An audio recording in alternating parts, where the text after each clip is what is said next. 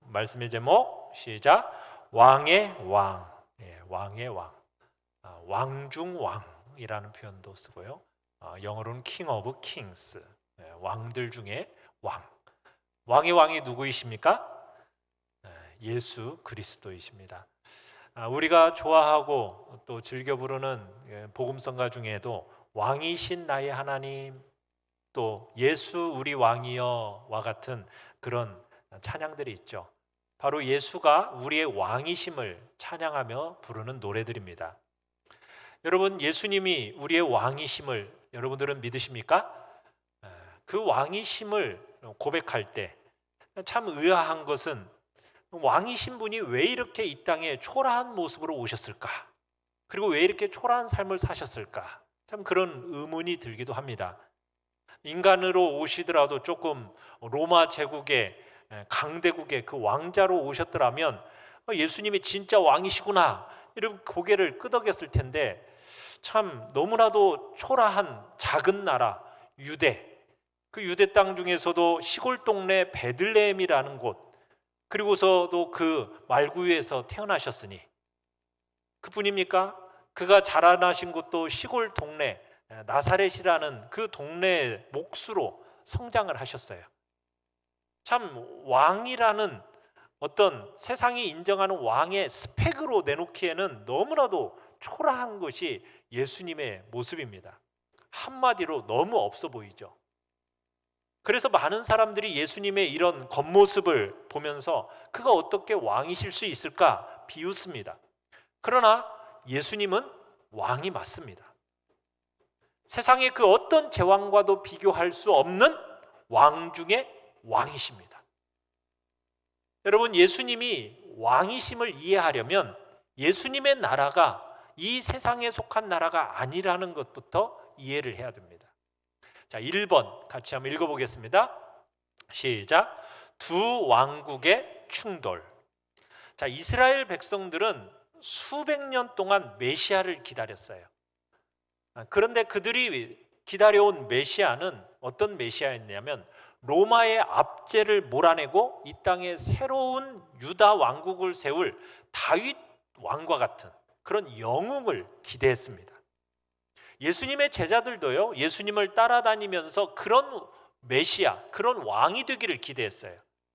그런데 예수님이 요한복음 18장 36절에서 뭐라고 말씀하시냐면 내 나라는 이 세상에 속한 것이 아니니라, 이렇게 말씀을 하시는 거예요. 그러니까 성경에서 하나님의 나라, 그 나라는 어떤 지리적인 공간이 아니라는 거예요. 하나님의 나라는 하나님이 통치하시는 영역, 하나님이 다스리시는 그 영역을 바로 하나님의 나라라고 이야기하는 겁니다. 그래서 세상의 나라는 어떤 한정된 시간 속에서 존재하지만 하나님의 나라는 영원부터 영원까지 존재하는 나라입니다. 세상 나라는 지리적인 제한을 받지요. 그렇지만 하나님의 나라는 모든 열방과 나라, 백성과 언어와 그리고 이 지구와 온 우주와 하늘과 땅을 아우르는 나라가 바로 하나님의 나라입니다. 그러니까 예수님은 이 엄청난 하나님의 나라를 영원부터 영원까지 다스리시는 왕이십니다.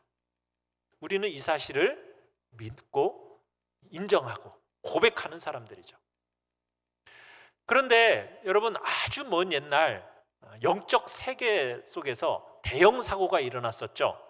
한때 계명성, 샛별이라고 불리울 정도로 하나님의 총애를 받던 자가 있었습니다. 그가 누구입니까?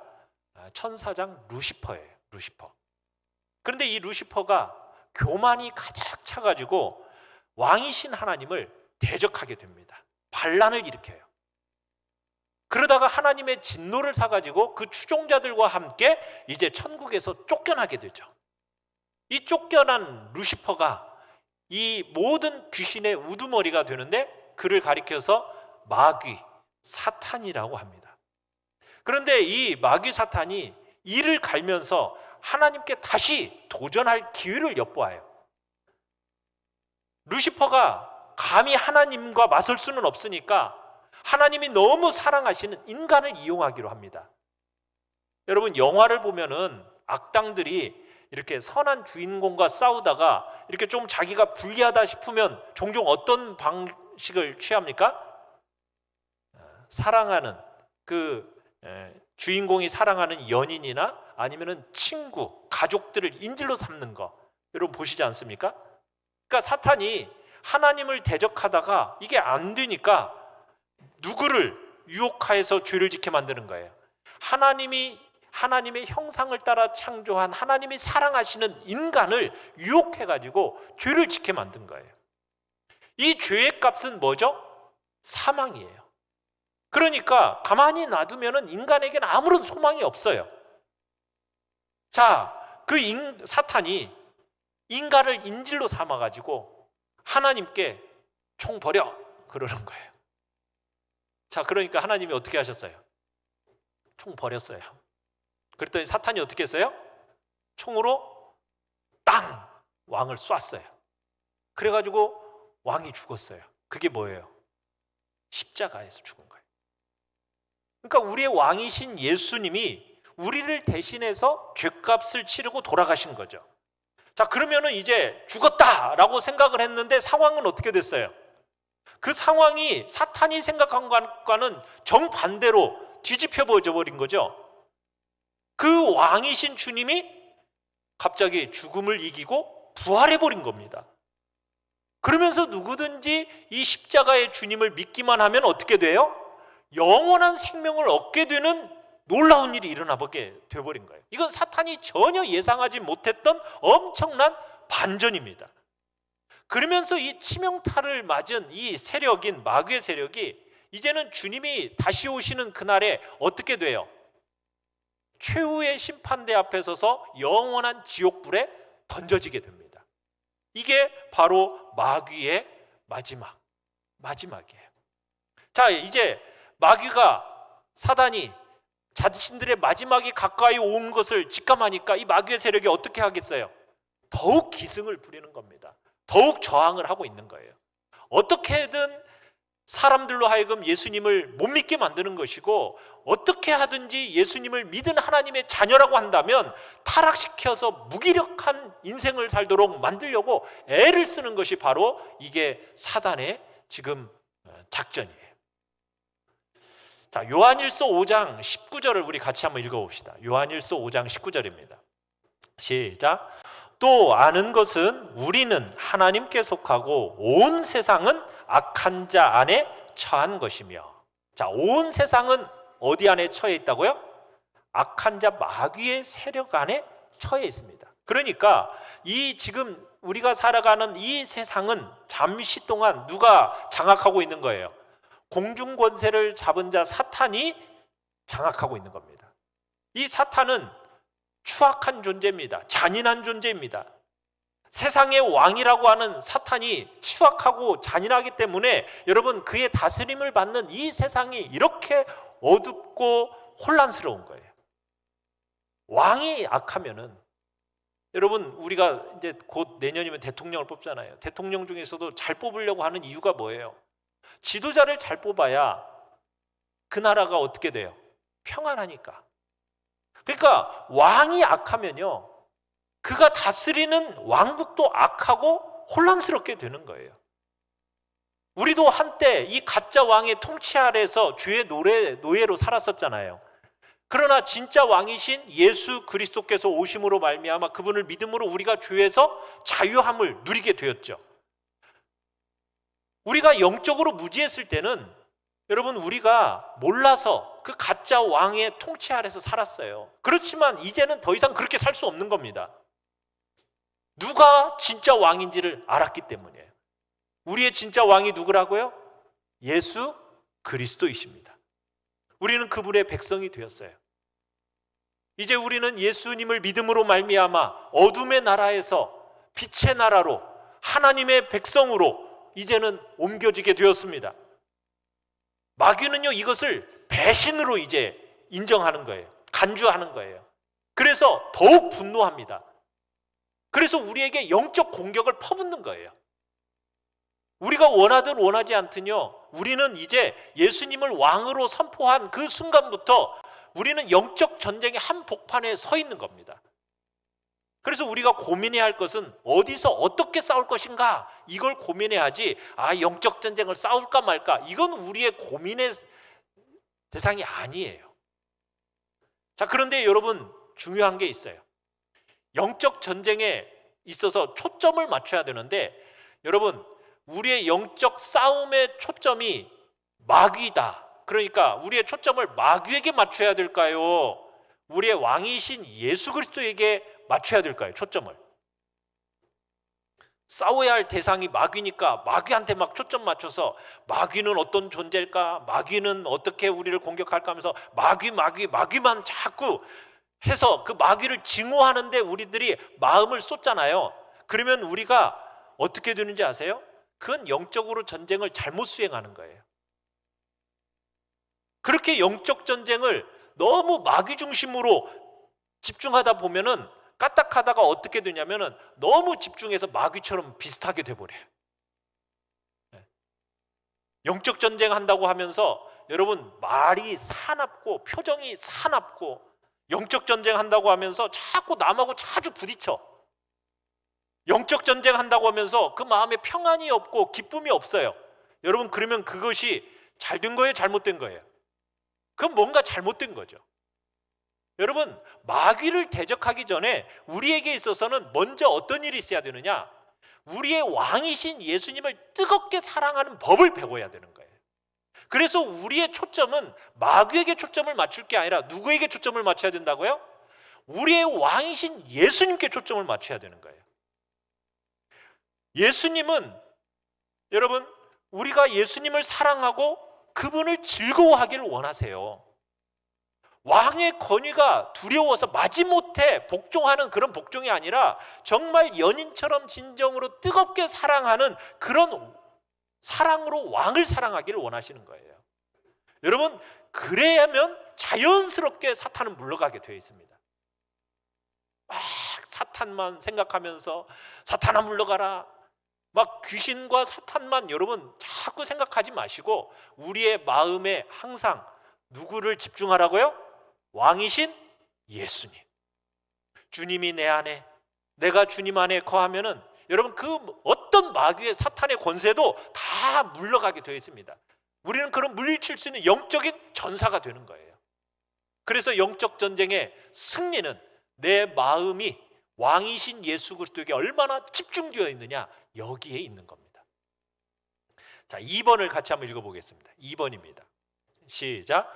왕은 우리의 완전한 항복과 순종을 원하십니다. 여러분, 예수님은 무한한 힘과 지혜를 갖고 계시는 분이에요. 그러면서 우리의 삶을 실제로 다스리기를 원하십니다. 그분은 우리를 창조하셨습니다. 그분은 자신의 생명을 걸고 핏값을 주고 우리를 사셔서 구원하셨습니다. 그렇기 때문에 그분은 우리의 왕이 되실 자격이 충분하신 분이에요. 우리가 예수님을 왕으로 고백한다라는 것은 실제로 그분의 다스림에 순종한다라는 이야기입니다. 1년 365일 하루 24시간 내내 인생의 모든 영역에서 우리는 왕이신 그 예수 그리스도께 순종해야 되는 거예요. 여러분, 근데 이것이 쉬워요, 어려워요? 쉽죠? 생각보다 근데 어렵다라는 것을 여러분도 느끼고 계실 거예요. 이스라엘 백성들이 출애굽한 이후에 홍해를 건너고 광야 생활을 하잖아요. 광야 생활을 하는 동안에 그들이 조금만 힘들면 어떻게 하던가요? 하나님을 원망하고 모세를 원망하고 또 우상을 만들고 그러면서 애굽을 막 그리워하는 그 이스라엘 백성들의 모습 기억하시죠? 마찬가지로 우리도 예수님을 알고 예수님을 믿고 나서 많은 사람들이 한동안 자신이 이전에 몸담았던 그 세상의 사고방식, 그것을 그대로 가지고 있는 거예요. 그래서 하나님 나라의 백성이 되었음에도 불구하고 틈만 나면 자꾸 이전의 세상 방식대로, 법칙대로 살려고 그렇게 하는 거예요. 세상의 왕인 마귀의 말에 자꾸 흔들려요. 여러분, 우리가 입으로 예수님은 왕입니다 라고 하면서도 여러분, 실제 삶의 현장 속에서 충성을 바치고 있는 다른 왕들이 많더라는 거예요. 왕이라는 게 뭐예요? 내 인생을 좌지우지하는 게 왕이잖아요. 여러분, 자식이 상전이죠. 자식이 상전이다라는 말은 결국 무슨 말이나 마찬가지예요. 내 자식은 뭐다? 나에게 있어서 왕이다는 얘기예요. 어떤 사람에게는 돈이 왕입니다. 어떤 사람에게는 권력이 왕입니다. 어떤 사람에게는 명예가 왕입니다. 어떤 사람에게는 직장 상사가 왕이 될 수도 있고요. 어떤 사람에게는 주위 사람들의 생각이 왕인 경우도 있어요. 여러분은 그러나 이중적인 이런 삶은 반드시 우리의 새로운 왕이신, 임금이신 예수 그리스도와 그 리더십과 충돌하게끔 되어 있습니다. 예수님은 그런 수많은 왕과 경쟁하는 왕이 되길 원치 않으세요. 예수 그리스도는 만왕의 왕이십니다. 왕 중의 왕이십니다. 모든 이름 위에 뛰어난 이름이십니다. 여러분, 예수님이 내 인생의 진정한 왕이 되셔야 돼요. 그런데 여러분, 이 왕 되심을 막는 가장 큰 장애물이 있어요. 그것은 뭐냐? 나 자신이에요. 나 자신. 내가 뒤에 은근히 섬기고 있는 가장 큰 왕은요, 나 자신이에요. 나 자신. 우리는 예수님을 주님이라고 불러요. 여러분, 주님이라고 부를 때 예수님이 나의 뭐란 얘기예요? 주인이라고 고백하는 거죠. 여러분, 주인이라는 그 고백은 결국 내가 그분께 뭐 하겠다라는 거니까 절대 순종하겠다라는 맹세가 들어있는 거예요. 그런데 대부분의 믿는다고 말하는 사람들은 구원자 예수는 원하면서 왕이신 예수는 원하지 않는 거예요. 예수님으로부터 구원은 받기는 원하지만 이 땅에서 좀 자기 마음대로 살고 싶은 거예요. 그러나 우리가 예수님을 믿었을 때 그분은 우리의 뭘로 섬기겠다고 선포한 겁니까? 왕으로 섬기겠다고 선포한 겁니다. 오늘 본문에서 동방 박사들이 누구를 찾아왔어요? 헤로도 왕을 찾아왔어요. 그러더니 2절에 보면 헤로도 왕에게 질문을 던져요. 뭐라고 질문을 던지죠? 유대인의 왕으로 나시니가 어디 계시뇨? 딱 질문을 던지는 거예요. 자, 여러분, 헤롯이 이 말을 딱 받았을 때 그 마음이 어땠을까요? 막 분노하는 거죠. 왜요? 아니, 내가 왕인데 또 다른 유대인의 왕이 어디 있냐는 거예요. 자기 인생의 왕은 자기여야만 하는데 지금 헤롯 같은 인간의 마음에 가장 불편한 질문, 왕으로 나시니가 어디 계시냐는 이 질문이에요. 우리 인생의 왕좌에 우리가 앉아 있고 싶은 거예요. 그래서 우리 안에 작은 헤롯들이 살아 있습니다. 여러분, 각자 안에 작은 헤롯들이 있어요. 그러면서 사탄이 항상 우리에게 네가 네 인생의 왕이 되어라 이렇게 속삭여요. 네 인생은 네가 좌지우지해야지 왜 남의 말을 들으려고 그래? 그러면서 속삭이는 거예요. 여러분, 나의 왕좌에 조금이라도 위협이 될 존재가 나타나면요, 어떻게 해요? 헤롯이 왕이 나타났다고 하니까 그 다음에 하는 행동이 뭐였어요? 죽이려고 하는 거예요. 그 왕을 죽이려고 하는 거예요. 이게 우리의 모습이에요. 우리 안에 작은 헤롯이 살아있어가지고 시퍼렇게 살아있어가지고 우리의 왕이신 예수님이 아니라 그분을 거꾸로 왕이 아닌 종으로 삼으려고 하는 거예요. 예수님을 마치 내 육신의 소원을 채워줄 어떤 알라딘의 요술램프와 같은 지니, 뭐 그런 것 같이 예수님을 원하는 거예요.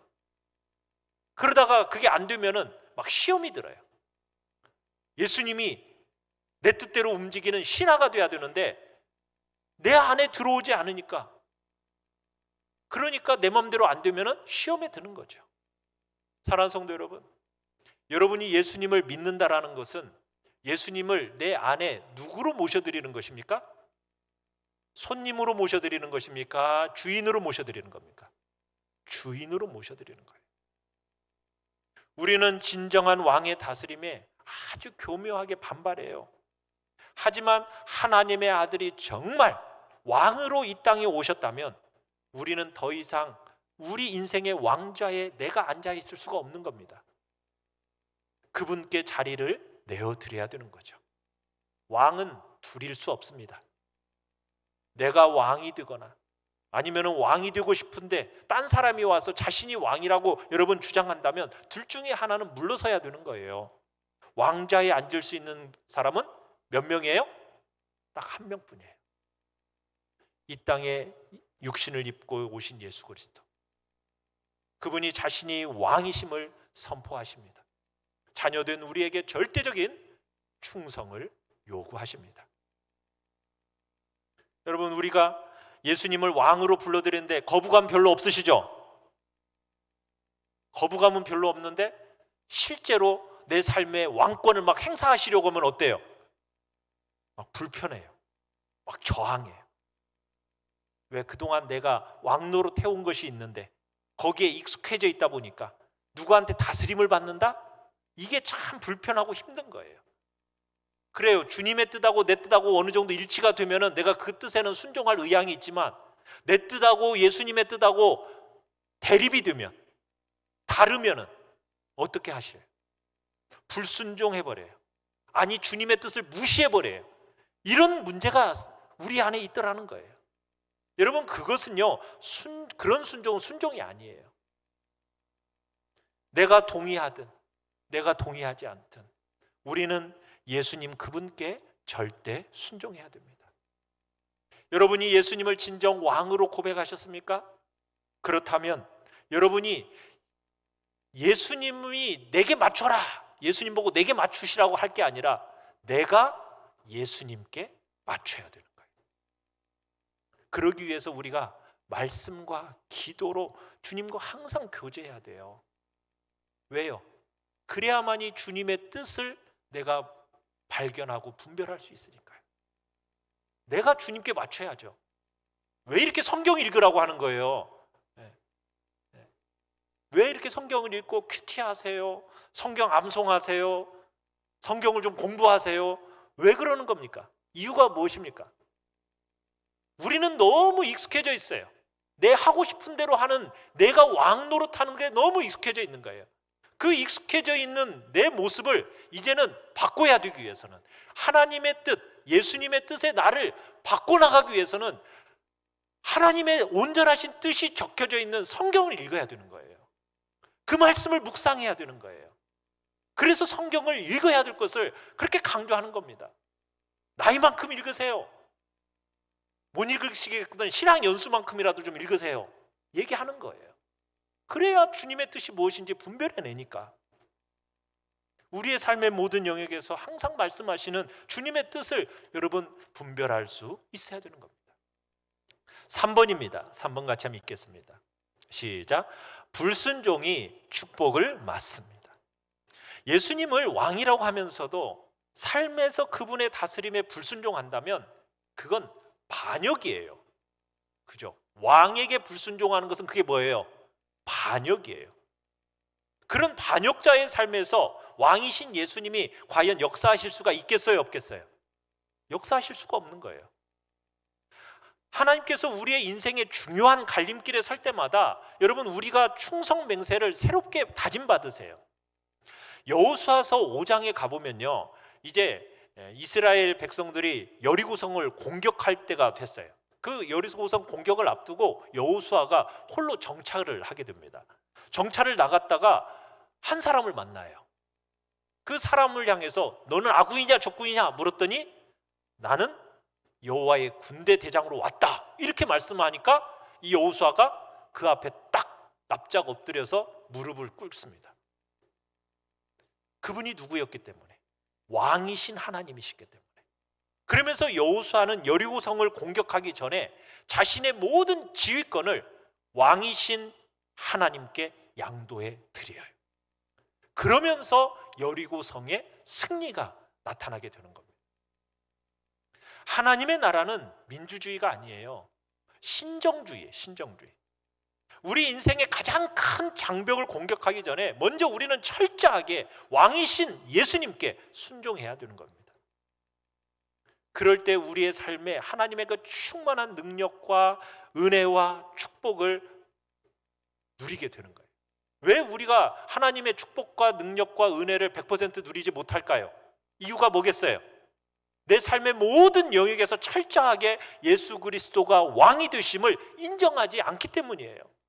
우리 삶에 일어나는 어떻게 보면 모든 크고 작은 복잡하고 힘든 문제들 왜 발생할까요? 바로 우리의 불순종 때문이에요. 그분의 다스림을 거부하고 아직도 스스로 왕노릇하려고 하기 때문에 여러분, 어렵고 힘들고 불편한 문제들이 계속 발생하는 겁니다. 여러분, 어떤 일을 결정할 때, 중요한 일을 결정할 때 어떻게 결정하세요? 여러분, 기도 충분히 하고 결정하시죠? 여러분, 그렇게 해야 되는 거예요.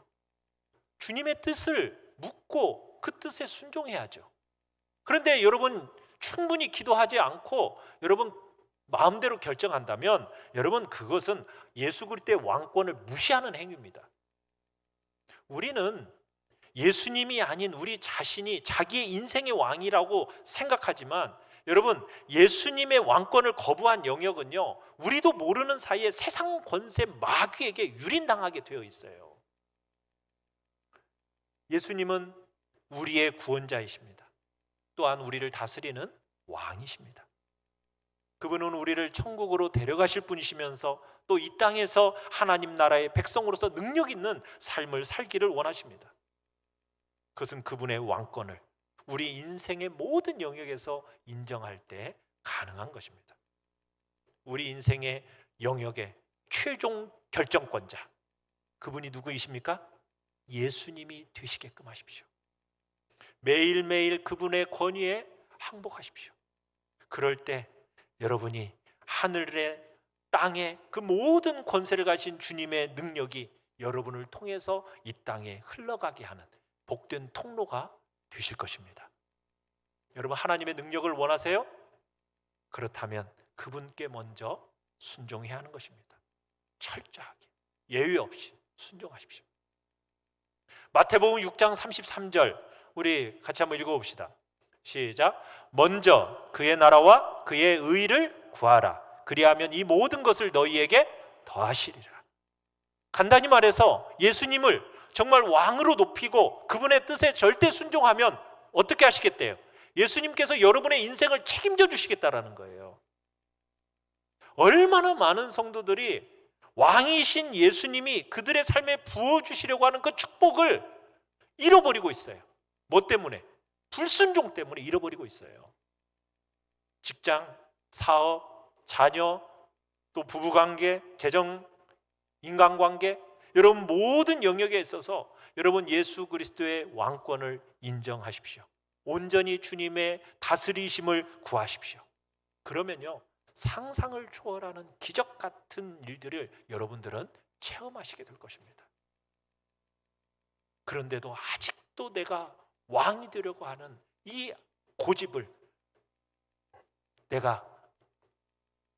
아직도 가지고 있기 때문에 그 하나님이 주시려는 복을 막고 있는 거예요.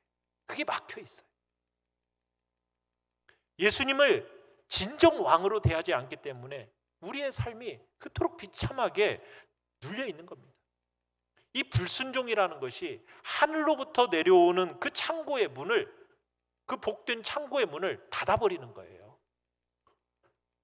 여러분, 신약 성경에 보면 사도 바울이든지 베드로, 야고보, 또 요한, 이런 사도들이 놀라운 일들을 행하고 기적 같은 일들을 경험하잖아요.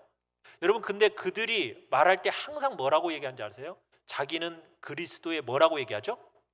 종이다라고 해요. 근데 이 종이라는 단어를 쓸 때 헬라어로는 둘로스 이렇게 얘기해요. 근데 이 둘로스라는 헬라어는 종도 여러 종류가 있는데 종 중에서도 가장 낮고 비천한 종, 이게 둘로스거든요. 그러니까 자신들을 향해서 그런 둘로스, 가장 낮고 비천한 종이라고 여겼던 거예요. 그러면서 순종하고 나아가니까 하나님의 그 놀라운 통로로서 쓰임받을 수가 있었던 겁니다.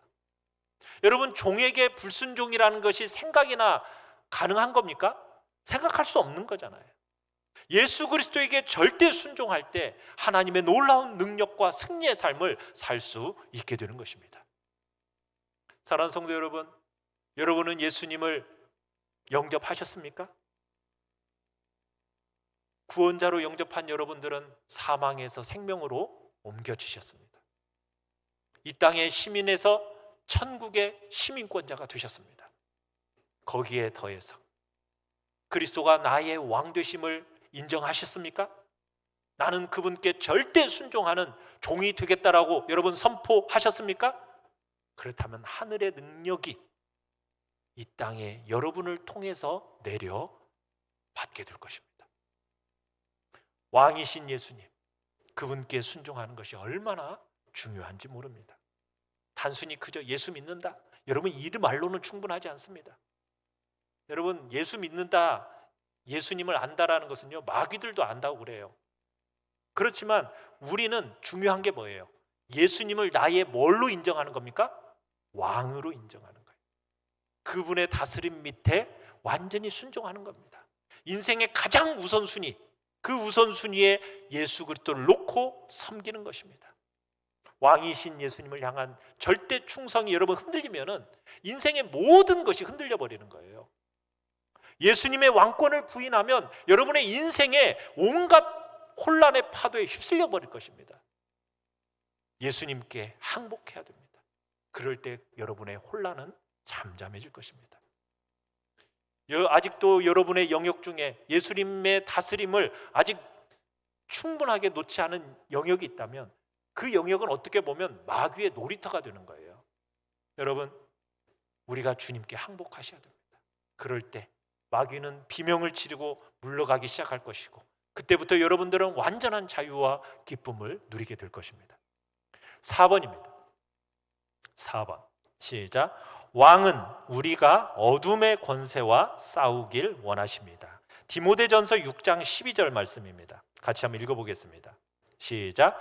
믿음의 선한 싸움을 싸우라. 영생을 취하라. 이를 위하여 내가 부르심을 받았고 많은 증인 앞에서 선한 증언을 하였도다.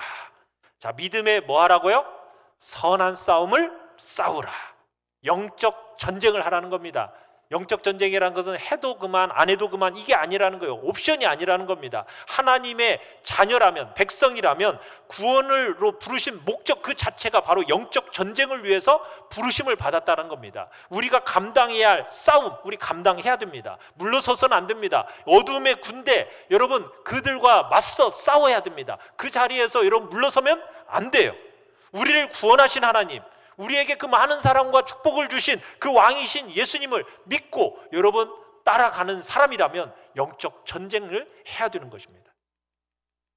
여러분 고대 전투에서 보면은 이 잘 싸우는 용맹한 장군들 둘이 나와가지고 싸우고, 그리고는 그 장군이 딱 이겨버리면은 그 기세를 몰아서 뒤따르는 병사들이 이제 완전히 점령해버리는 거, 여러분 그 고대 전투를 보시죠. 다윗이 골리앗을 쓰러뜨리니까 어떻게 됐어요? 이스라엘 백성 군대들이 그냥 노도같이 해서 완전히 골리앗 이 블레셋 군대를 다 쓸어버리지 않았습니까?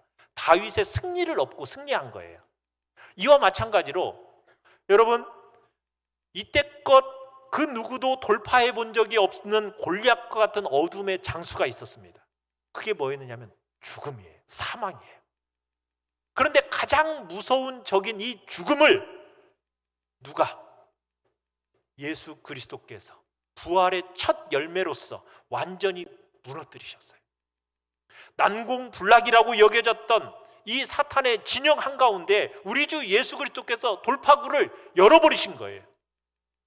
이제 우두머리가 치명타를 맞아버리니까 휘청거리면서 이제는 우리가 어떻게 하면 되는 거예요? 그 적 진영을 향해서 거침없이 진격하면 되는 겁니다.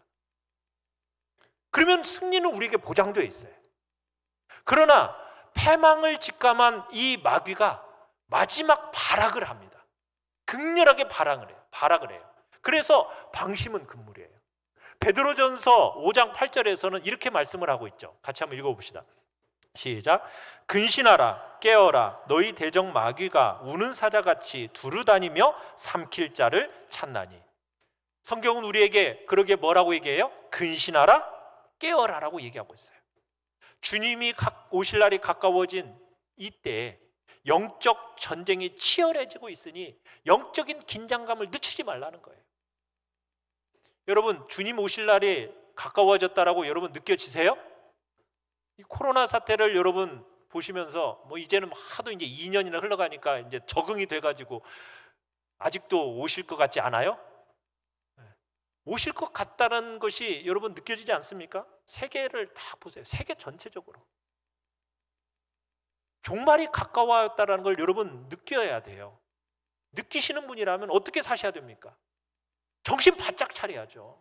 그렇지 않습니까? 말씀과 기도로 깨어 있어야죠. 왕이신 이 예수의 이름으로 우리는 반드시 승리할 것이기 때문에 그 이름을 붙들고 왕이신 예수 그리스도 그분 앞에 복종하며 순종하며 나아가야죠. 왕이신 예수님이 서로 사랑하라 명령하셨으니 서로 사랑하면서 함께 영적 전쟁을 싸우라고 하셨으니 우리가 함께 싸워가야 되는 거예요. 군대는 혼자가 아닙니다. 팀이에요, 팀. 자, 우리 에베소서 6장 13절을 같이 한번 읽어봅시다. 시작.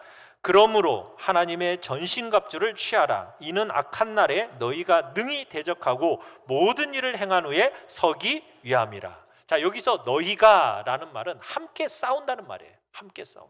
여기 대적하고 라는 말의 이 원어적인 의미는 뭐냐면 고대 그리스에서는 병사들이 한 소대씩 짜인 그룹이 있습니다. 그 그룹이 딱딱 마주 붙어요. 마주 붙어가지고 서가지고 그 쏟아지는 그 화살을 막아내면서 방패로 막아내면서 함께 전진하는 모습이 바로 대적하고 라는 이 단어의 모습이에요. 이 당시에 훈련된 병사들이 이 신발에는 징을 박아요. 그리고 징 박힌 신발을 신고서는 그 다음에 방패를 서로 딱딱 붙여요. 칼을 들어요. 그리고 함께 버티면서 불화살이 막 쏟아지더라도 비처럼 쏟아지더라도 전차대가 막 달려들더라도요 함께 딱 뭉쳐가지고 방패를 이렇게 붙이고 나아가잖아요. 그러면 다 튕겨져 나가는 거예요. 우리가 서로 함께 이를 악물고 팔짱을 끼고 굳건히 서서 버텨내야 되는 겁니다. 그게 지금 대적하고예요. 우리는 예수님의 군대예요. 그러면 우리 모두는 함께 믿음의 방패를 들고 강하게 버텨내야 되는 겁니다. 여러분, 이 영적 전쟁은 혼자 싸우는 게 아니에요. 믿음의 형제자들과 함께 싸우는 겁니다. 혼자서 싸워서는 안 돼요. 그렇기 때문에 여러분 기도 요청하셔야 됩니다. 나 혼자 기도하면 돼. 아니에요. 서로 기도 요청하고 함께 중보기도 해 나가는 거예요. 도움을 청하셔야 됩니다. 혼자라면 무너져도요 둘, 셋이 함께 하잖아요. 그러면 그 형제 사이에 엄청난 힘을 발휘하게 되어 있는 거예요.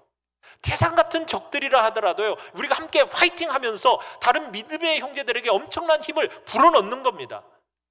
이게 우리가 함께 가야 할 이유예요. 주님이 마지막 날이 가까울수록 어떻게 하라고 그랬어요? 히브리서 10장 24절 25절에 뭐라고 얘기했습니까? 서로 돌아보아 사랑과 선행을 격려하며 모이기를 패한 어떤 사람들의 습관과 같이 하지 말고 오직 권하여 그날이 가까움을 볼수록 더욱 그리하자. 더욱 모이기를 힘쓰라는 거예요. 여러분 혼자 힘들고 외로우세요? 여러분 교회에서 함께 믿음의 형제들에게 함께 기도를 부탁하고 함께 우리는 예수 그리스도의 피로 뭉친 전우라는 것을 기억하면서 함께 모여서 그렇게 서로 격려하면요 힘이 몇 곱절이 생기는 겁니다. 어렵고 힘들수록 서로를 위해서 기도하고 서로를 격려하고 서로에게 힘을 주면서 함께 버텨내십시다. 영적인 전쟁에서 이 성도의 하나됨이라는 것은 정말 엄청난 능력을 발휘하는 것이에요. 마태복음 18장 19절을 같이 한번 읽어보겠습니다. 시작. 진실로 다시 너희에게 이르노니 너희 중에 두 사람이 땅에서 합심하여 무엇이든지 구하면 하늘에 계신 내 아버지께서 그들을 위하여 이루게 하시리라. 여러분 이건 단순히 기도 응답에 관한 말씀만이 아닙니다. 성도들이 함께 둘이 셋이 함께 그렇게 기도하며 전진하면 여러분 어둠의 세력에 엄청나게 충격을 받고 뒤로 물러나게 돼 있다는 거예요. 그래서 마귀가 우리가 하나 되는 것을 그렇게 방해하는 거예요. 서로 사랑하는 것을 그렇게 방해하는 거예요. 왜? 우리가 왕이신 예수 그리스도를 중심으로 해서 하나로 뭉쳐지기 시작하면은 이 마귀가 감당할 힘이 없기 때문에, 그래서 어떻게든지 막 찢어놓으려고 분열시키려는 것이 마귀의 전략이거든요. 사랑하는 성도 여러분, 우리는 하나됨을 이루어서 정말 예수 그리스도를 높이며 승리하는 군대가 되시기를 간절히 바랍니다. 주님을 만왕의 왕으로 고백하셨습니까? 이제는 주의 권세에서 종로로 타는 자리에서 벗어나서 우리를 자유케 하시는 하나님의 백성으로서 살아가시기를 간절히 바랍니다. 내 인생의 모든 영역마다 왕이신 주님이 다스려 주시고 내 마음과 정성을 다해서 왕이신 주님만을 사랑하고 섬기겠다고 결단하며 나가시길 바랍니다. 왕이신 주님, 그분이 그 군대답게 어둠의 군대와 담대히 싸워서 승리하는 자리에 우리 모두가 있기를 간절히 바랍니다.